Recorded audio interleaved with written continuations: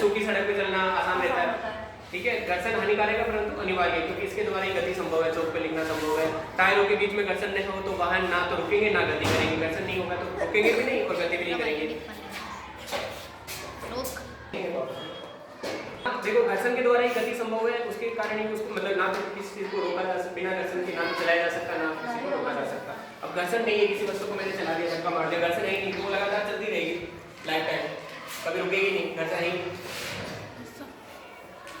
घर्षण के हानिकारक प्रभाव, घर्षण के हानिकारक प्रभाव, घर्षण के हानिकारक प्रभाव में देखो सबसे पहले तो ना कोई भी वस्तु घिस जाती है, कोई वस्तु घिस जाती है, जैसे अपने जूते घिस गए, टायर घिस गए, तो बताओ हाँ ये इसका क्या हानिकारक है, वो वैसी नहीं कैसे नहीं रहेगी घिसने के बाद में।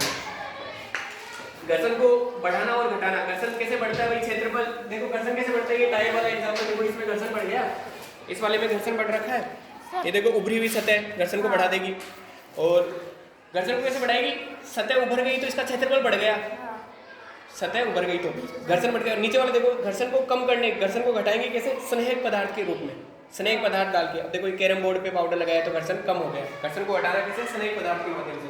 स्नेहक पदार्थ को उदाहरण एक तो तेल बना रखो, तेल से कोई आता है पाउडर, पाउडर भी याद रखता है, तेल पाउडर, और एक मेरे को बुक में नया देखने को मिला था गद्दी, दो विपरीत सतह, उसके बीच में क्या लगा दिया अपन ने, गद्दी, दो खुरदरी सतह, दो बक्से हैं बड़े बड़े, अब उसके बीच में जबरदस्त घर्षण लग रहा है, एक दूसरे को अपन खींच के चला रहे, उसके दोनों के बीच में अपन है ना छोटा सा ना गद्दा डाल दिया उसमें, अब तो घर्षण नहीं लगेगा, उतना घर्षण नहीं होगा, घर्षण कम हो गया।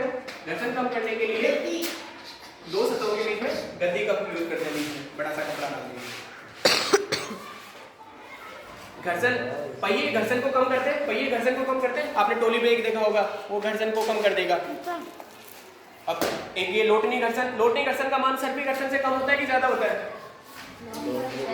ये तो है लोटनी घर्षण, ये तो है लोटनी घर्षण, ठीक है, और सर्पी घर्षण क्या है, लोटनी घर्षण, ये तो सर्पी घर्षण, और लोटनी घर्षण क्या है, ये वाला, मतलब किसका मान ज्यादा है, सर्पी घर्षण का मान ज्यादा है, लोटनी घर्षण का मान कम है। कम कैसे, मान कम का मतलब है उसको चलाने में जोर कम आएगा, लोटनी घर्षण में जोर कम आता है, अपने आप वस्तु लुढ़क जाती है। इसके लिए बॉल बीरिंग वाला ध्यान रखना, घर्षण को ये जो है कौन सा है, लोटनी घर्षण और सर्पी घर्षण, इसमें बॉल बीरिंग का एग्जांपल दे रखा है, ये घर्षण को कम करता है, मैंने बताया था ना टायर के अंदर जो बीच वाला पार्ट होता है रिम के अंदर।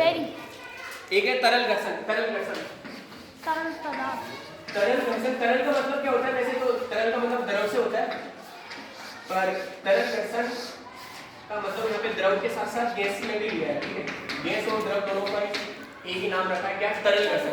तरल घर्षण की कहानी ढंग से समझ लेना, मैंने सबसे पहले एक वो बताया था कि एरोप्लेन कैसे उड़ता है, पक्षी कैसे उड़ते हैं, बताया एक बार, पहले मोड पेपर में था कि अपन वायुयान में उड़ने की प्रक्रिया को समझेंगे। अब देखो ये वायुयान है, ये कैसे उड़ता है, पक्षी जैसे उड़ रहा है, पक्षी के आगे का सिरा क्या है, छोटा सा है, आगे सबसे छोटा होता है पक्षी, आगे चोंच नुकीली होती है, पीछे से फैला हुआ रहता है। वैसे ही पक्षी पहले उड़ रहा था नेचर में, उसके बाद में एरोप्लेन बनाया बाहर से, अपन ने बनाया एरोप्लेन, तो अपन ने एरोप्लेन की आकृति वैसी ही रखी जैसी पक्षी की आकृति होती है। देखो आगे से तीखा रखा, अब देखो साइड में से चौड़ा रखा, जैसे पक्षी के ये पंख है वैसे ही इसके भी क्या बना दिए, पंख साइड में से चौड़े बना दिए। तो ये तरल घर्षण के अंदर क्या है, उसी आकृति में अपन ने बनाया जैसी आकृति में पक्षी उड़ते हैं, उसी आकृति में अपन ने क्या बनाई है, एरोप्लेन डिजाइन की उसी आकृति में।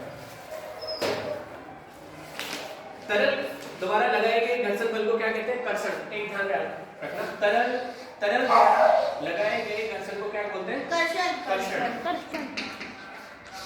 आ सकता है, नहीं आएगा, तरल दोबारा लगाए गए घर्षण क्या है, घर्षण।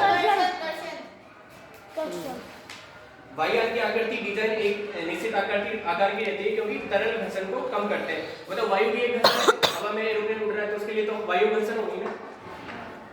जैसे पक्षी वाला उदाहरण दिया था आपने, कि पक्षी बार-बार चेंज होता रहता है, आगे से हट के तो त्रिकोणीय डिजाइन में वायु के बदले से ध्वनि वाला चैप्टर देखो, ध्वनि कंपन वस्तुओं द्वारा उत्पन्न होती है। देखो ध्वनि कैसे उत्पन्न होती है, ध्वनि अपने आप उत्पन्न नहीं होगी, कोई भी वस्तु में कंपन हो रहा है तो क्या हो रही है, ध्वनि उत्पन्न हो रही है। अभी जल्दी से देखना, इसमें कंपन होएगा, इधर देखना, ऐसे कंपन का मतलब जानते हो सारे, तभी आवाज आएगी, इसमें नहीं हुआ, छोटा छोटा तो कोई हल्का छोटा, इसको थोड़ा सा महसूस करके देखो, ये थोड़ा थोड़ा है ना कंपित हो रही है, देखना हो रही है, अपने ही सौर यंत्र को देख लो, जोर से बोलो। रहेगा? सर हो रहा है। बोल जल्दी से कुछ हो रहेगा, ठीक है। तो ध्वनि किसके माध्यम से शुरू होती है? कंपन के द्वारा। ध्वनि कैसे पैदा होगी? कंपन से। ध्वनि कंपन से पैदा होगी, ठीक है। देखो घंटी को, जब विद्यालय में घंटी को जब अपन देखें, जब वो बजने की, जब विद्यालय में घंटी रखी है बजने की, अब उसमें कोई कंपन नहीं है, तो अब इसमें कोई आवाज भी नहीं है, ध्वनि भी नहीं है। और जब वो बजती है तो उसमें कंपन आता है और फिर उसमें आवाज भी आती है। ध्वनि के लिए कंपन होना जरूरी है। ध्वनि तभी बनेगी जब वस्तुओं में क्या होगा? कंपन। रबड़ के छल्लों को कैसे करेंगे? ठीक है, खींच के थोड़ा आयाम, आयाम के बारे में देखो। कंपायमान वस्तुएं ध्वनि उत्पन्न करती है। कुछ स्थितियों में कंपन हमें आसानी से दिखाई देते हैं, लेकिन अधिकांश स्थितियों में उनका आयाम कम होता है। देखो अब जैसे ये कड़ा में बेंच पे बजाया था तो अपन को कंपन दिखा नहीं, क्यों नहीं दिखा? इसका आयाम कम था, इसका आयाम कम था, इसका जो कंपन था वो कम था, अपन को महसूस नहीं हुआ। इसका आयाम क्या था? कम था, अपन को अनुभव नहीं हुआ। वाद्य यंत्र की चारों तरफ वाद्य यंत्र जितने भी गिटार सितार, उनमें गिटार और सितार, उनमें ना जो पतला सा वो धागा होता है उसमें क्या होता है? कंपन होता है लगातार, और उसकी वजह से क्या आती है? आवाज आती है।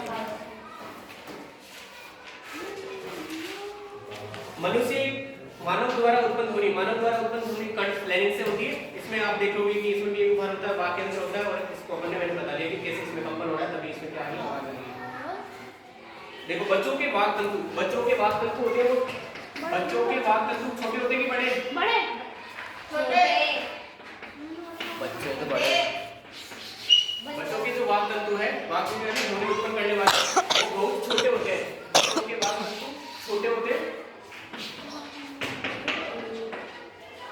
बच्चों के वाक तंतु होते हैं छोटे, बहुत छोटे हैं। यही कारण है कि पुरुषों और महिलाओं तथा बच्चों की वाक ध्वनि अलग अलग है। तीनों की आवाजें अलग अलग है, बच्चों की आवाज अलग है, पुरुष की अलग है, क्योंकि उनके वाक तंतु छोटे छोटे हैं। ध्वनि संचरण के लिए माध्यम की आवश्यकता है। ध्वनि के संचरण के लिए माध्यम जरूरी है। ध्वनि एक जगह से दूसरी जगह जा रही है ना, संचरण हो रहा है। बीमारियों को रोग संचरण का बताया था, पता है? मक्खी कैसे रोगों का संचरण करती है, वैसे ही ध्वनि के संचरण के लिए, ध्वनि के संचरण के लिए किसकी आवश्यकता है?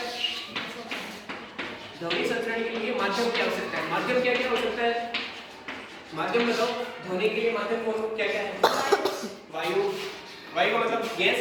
सर वायु में मिले कण, गैस में वायु, गैस में आवाज आती है एक से दूसरे में। द्रव पानी में भी आवाज आती है, ठोस, ठोस में भी आवाज आती है, जाती है आवाज। इधर की जा रही है क्यों? इसके अंदर नहीं, इसके ऊपर से बोलूंगा तो यहाँ से आवाज नहीं चली जाएगी। तीनों में क्या है? ठोस, द्रव, गैसों में आवाज एक जगह से दूसरे के जाएगी। आवाज देखो, ध्वनि के संचरण के लिए माध्यम कितने? तीनों माध्यम है। ये तीन माध्यम होंगे तभी आवाज जाएगी, वरना आवाज नहीं जाएगी। अब आप बोलोगे कि चौथा ऐसा माध्यम बताओ जिसमें आवाज नहीं जा रही? निर्वात। निर का मतलब जहाँ पे वायु नहीं है। वात का मतलब तो वायु, और निर का मतलब वहाँ पे नहीं है, जहाँ पे हवा ही नहीं है, वो निर्वात है। हवा नहीं है, जहाँ पे वायु नहीं है, उसको बोलते हैं निर्वात। निर्वात में ध्वनि संचरित होगी, ध्वनि जाएगी नहीं जाएगी? ध्वनि नहीं जाएगी। अब देखो, ठीक है, निर्वात में आवाज नहीं जाएगी। अब जितने अंतरिक्ष में क्या हवा नहीं है? एकदम अंतरिक्ष की बात होगी, ऊपर हवा नहीं है तो उसमें क्या आवाज नहीं जाती, ठीक है। निर्वात में ध्वनि, देखो ध्वनि निर्वात में संचरित नहीं हो सकती, पानी में तो संचरित हो सकती है। देखो हमारे कान कैसे सुनते हैं? कर्ण पटल के माध्यम से, कर्ण पटल के माध्यम से सुनते हैं। कंपन का आयाम, आवर्तकाल और आवृत्ति, जल्दी से ये तीनों चीज समझ लो और एक बोलो मेरे का फॉर्मूला बोलो आवृत्ति का। आवृत्ति और आवर्तकाल में जो रिलेशन बताया था, एक बड़ा सेकंड, आवृत्ति बराबर आवर्तकाल का 1/2 सेकंड, आवृत्ति बराबर 1/8 आवर्तकाल, आवृत्ति बराबर 1/8 एग्जाम में क्वेश्चन आए तो एक को मत भूल जाना। आप उसने एक को भूल गए थे, एक ऊपर रखना, नहीं तो इन दोनों में से एक का मान देगा वो, ठीक है। आवृत्ति का मात्रक क्या है?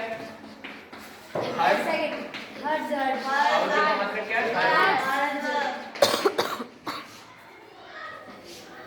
और एक आवृत्ति का फॉर्मूला बताया था, दूसरा 1/2 सेकंड।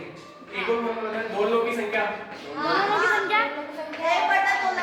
दोलनों की संख्या बेटा समय, लिख दिया, दोलनों की संख्या बेटा समय।